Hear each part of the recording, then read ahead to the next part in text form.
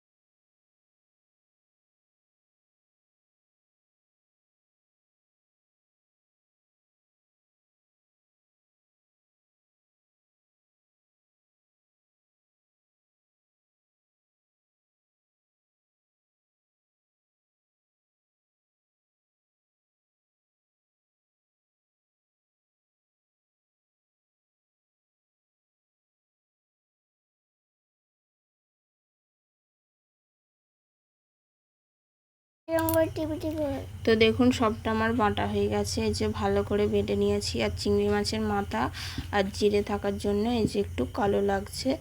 তো সব বাটা হয়ে গেছে, এবার আমি তুলে নেব ভালো করে।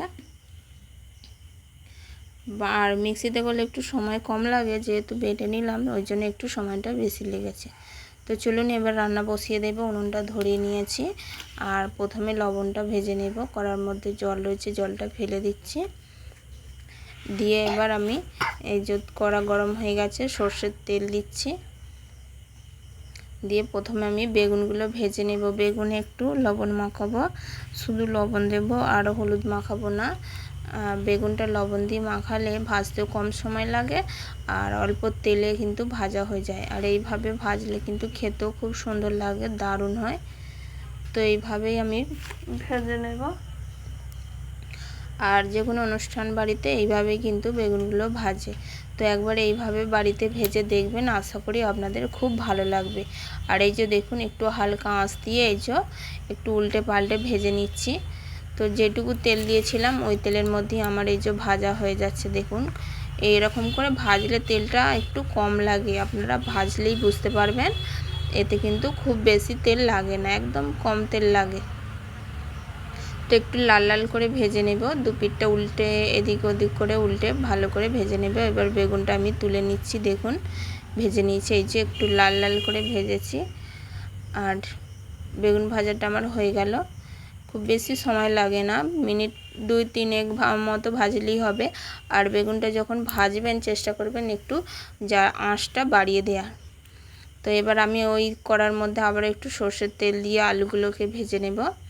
আলুগুলো সিদ্ধ রয়েছে, আগে থেকে সিদ্ধ করে নিয়েছি, যেহেতু হচ্ছে রান্না করতে একটু আলুগুলো ছোটো আলু সিদ্ধ হতে একটু সময় লাগে, ওই জন্য আলুগুলোকে আমি সিদ্ধ করে নিয়েছি আগে থেকে। আর একটু হালকা ভাজবো, খুব বেশি একবারে লাল লাল করব না। লবণ দিলাম, লবণ দিয়ে একটু হালকা ভেজে নিয়েছি, ভাজা হয়ে গেছে। এবার আলুটাকে তুলে নিলাম দেখুন।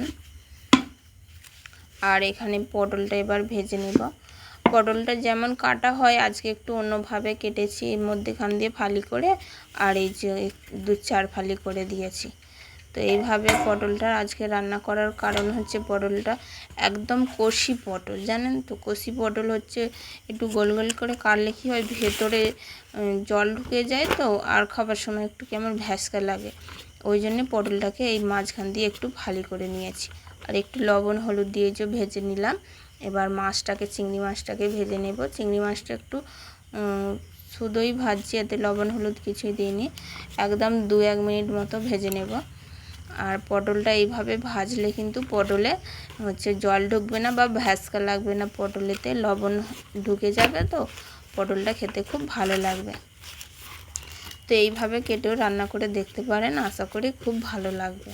তো চিংড়ি মাছটাকে দেখুন একদম হালকা ভেজেছি, খুব একদম লাল করে ভাজিনি। এবার হচ্ছে মূল রান্নাটা করব, তো তার জন্য আবারও দিয়ে দিচ্ছি আমি সর্ষের তেল দিয়ে দিলাম। এবার ফোড়নে দেব একটা কাঁচা লঙ্কা। দেখুন কাঁচা লঙ্কা, যেহেতু মশলাপাতি সব বাটা রয়েছে তাই গোটা মশলার কিছু দিলাম না। এবার ওই বাটা মশলাটা দিয়ে দিচ্ছি। দেখুন বাটা মশলাটাকে দিয়ে খানিকক্ষণ হচ্ছে ভেজে নেব। আর এতে চিংড়ি মাছের মাথাটা বাটা রয়েছে, আর অন্য কোনো মশলা লাগবে না, একদম খুব দারুণ লাগবে। আর মশলাটাকে খানিকক্ষণ ভেজে নেব, মোটামুটি 3-4 মিনিট মতো ভালো করে ভেজে নেব। আর ভাজা হয়ে গেছে। আর এখানে দিয়ে দিচ্ছি একটা টমেটো। তো রান্নাটা একটু রেগুলার রান্নার থেকে একটু আলাদা হবে, আনাজগুলো কাটাকাটি একটু আলাদা হবে, কিন্তু রান্নার টেস্টটা একদম অসাধারণ হবে, একদম খুব সুন্দর লাগবে। আর এই যে এখানে দিয়ে দিলাম লঙ্কা গুঁড়ো, হলুদ গুঁড়ো, স্বাদ মতো লবণ। আর হ্যাঁ, লবণটা একটু ভালো করে আন্দাজ ভেবে দেবেন। মাছে লবণ নেই, কিন্তু পটলে লবণ আছে, আলুতে লবণ আছে, তো সেই আন্দাজ ভেবে লবণটা দিলাম। দিয়ে এবার মশলাটা ভালো করে একদম কষিয়ে নেব। দেখুন অল্প একটু জল দিচ্ছি, জলটা না দিলে মশলাটা পুড়ে যাবে, ওই জন্য অল্প একটু জল দিলাম। আর এই কষতে কষতে একদম খুব সুন্দর দারুণ রং হবে।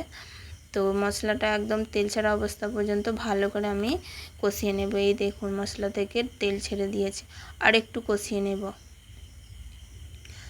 আর এই যে দেখুন এবার আলুগুলো দিয়ে দিচ্ছি ভালো করে। এই যে কষিয়ে নেওয়ার কারণে দেখুন কড়াতে একটুও লেগে যাচ্ছে না। আলুগুলোকে দিয়ে দিলাম, দিয়ে 2-3 মিনিট মতো আলুটা নেড়ে নিয়েছি। নিয়ে এবার মাছ আর পটলগুলোকে দিয়ে দেব। ব্যাস, মাছ আর পটল দিয়ে এটাকেও একটু মশলার সঙ্গে ভালো করে একটু কষিয়ে নেব, যাতে মশলাগুলো পটলের মধ্যে ঢুকে যায়। খুব সময় লাগে না, মোটামুটি 10-15 মিনিট হাতে থাকলে রান্নাটা কিন্তু হয়ে যাবে। আর এই দেখুন ভালো করে আমি এই যে কষিয়ে নিয়েছি মশলার সঙ্গে। আর হচ্ছে পটল, মাছ, আলু ভালো করে কষানো হয়ে গেছে। তো এবারে আমি এর মধ্যে দেব জল। তো 1 গ্লাস জল দিলাম। আর এই যে দেখুন 1 গ্লাস মতো জল দিয়েছি। আর এর হচ্ছে খুব বেশি ঝোল রাখবো না, আবার একবারে গামাখা করব না, মোটামুটি একটু ঝোল রাখবো। এই যে একদম জাল দিয়েছি, ভালো করে জাল দিয়েছি। আর আলু পটল ভালো করে সিদ্ধ হয়ে গেছে। তো রান্না আমার শেষের পথে। আর এখানে লাস্টে একটু গরম মশলা গুঁড়ো দিয়ে দিলাম। আপনারা চাইলে দিতেও পারেন, নাও পারেন, তো আমার হাতের কাছে ছিল দিয়ে দিলাম। আর এই দেখুন কত সুন্দর হয়েছে রান্নাটা। এবার আমি রান্নাটা নামিয়ে নেব। তো রান্না আমার হয়ে গেল কমপ্লিট। হাতের কাছে সব কিছু যদি কাটাকুটি বা বেটে জোগাড় করে রাখেন, একদম রান্না করতে ঝপাঝপ রান্না হবে আর দারুণ কম সময়ের মধ্যে হয়ে যাবে। আর এই দেখুন কতটা সুন্দর হয়েছে, গ্রেভিটা এত সুন্দর দেখতে লাগছে। আর এই যে বেগুন ভাজা আর এই যে চিংড়ি দিয়ে পটল দিয়ে রেসিপিটা, চিংড়ি পটলে। তো চলুন আপনাদেরকে তো দেখালাম কত সুন্দর হয়েছে ভাজাভাজি। আর ওকে হচ্ছে রাজাকে তো খাইয়ে দিতে হয়, আপনারা জানেন। তো ওকে খাইয়ে দেব বেগুন ভাজা আর পটল চিংড়ি। এত সুন্দর দেখতে লাগছে, খেতেও কিন্তু খুব দারুণ লাগবে। আর এই যে এখানে ভাত বেড়ে নিয়েছি, ওকে তো খাইয়ে দিতে হয়, এখনও হাতে করে খেতে পারে না। তো ওকে খাইয়ে দেব। আর দিতে দিতে এখানে ব্লগটা শেষ করব। তো সবাই ভালো থাকবেন, সুস্থ থাকবেন। আর ব্লগটা কেমন লাগলো হচ্ছে আমাকে কমেন্ট করে বলবেন। আর এখন পর্যন্ত যদি আপনারা দেখেন, অবশ্যই আমার চ্যানেলটাকে ফলো করতে পারেন, যাতে নতুন নতুন রেসিপি নিয়ে আপনাদের কাছে আসতে পারি। আর এতক্ষণ দেখার জন্য আপনাদেরকে অসংখ্য অসংখ্য ধন্যবাদ। আর এই যে দেখুন ওকে দিচ্ছি চিংড়ি মাছ, পটল, আলু। তো খুব একটা বেশি খায় না। আর তরকারিটা কিন্তু দেখে মনে হচ্ছে ঝাল হয়েছে, কিন্তু ঝাল হয়নি। তো আপনারা তো জানেন যে ওকে খাইয়ে দিতে হয়, হাতে করে খেতে পারে না। আর চিংড়ি মাছ হলে তো ওর একদম খুব প্রিয়, এতে তো কাঁটা নেই, ওর খেতেও খুব সুবিধা আর খেতেও বেশ ভালোবাসে। আর অন্য মাছ হলে তাতে কাঁটা থাকে, বেছে দিতে একটু সময় লাগে, তো বিরক্ত বোধ হয়। তো চিংড়ি মাছের জন্য একদম দারুণ খুশি খুশিভাবে খেয়ে নেবে। আর এই দেখুন কতটা সুন্দর লাগছে, কিন্তু ঝাল হয়নি। আপনারা ভাববেন যে ঝাল হয়েছে, ঝাল হয়নি।